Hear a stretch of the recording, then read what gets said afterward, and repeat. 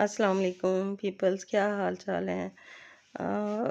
میں عشرت جبین سندھو لیاقت پور ڈسٹرکٹ رحیم یار خان سے میں نے ابھی یوٹیوب چینل نیو اسٹارٹ کیا ہے. پہلے کا بنا ہوا تھا لیکن میں نے اب اس کو کنٹینیو کروں گی انشاءاللہ تعالیٰ، اور آپ سے وقتاً فوقتاً لائیو سٹریمنگ بھی کریں گے اور آپ سے لائیو باتیں بھی کریں گے مختلف ٹاپکس پہ.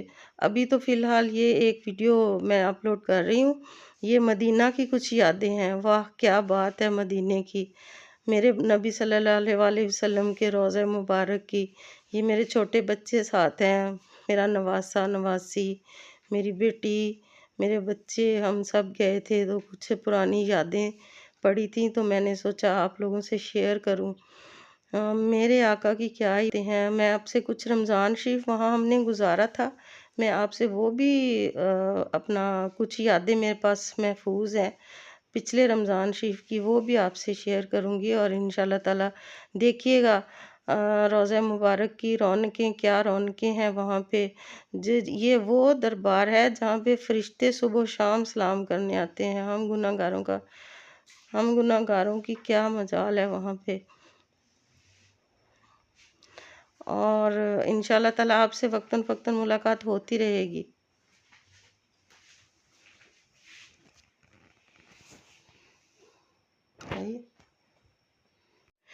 اچھا جی، یہ جو ایک ہے نا اپنا ہم سفر کر رہے ہیں، ماشاءاللہ یہ غار ہرا ہے جی. یہ غار ہرا ہے، یہ اپنا سوری غار ہرا نہیں، یہ ہے کیا میرے ذہن سے نکل گئی ہے بات،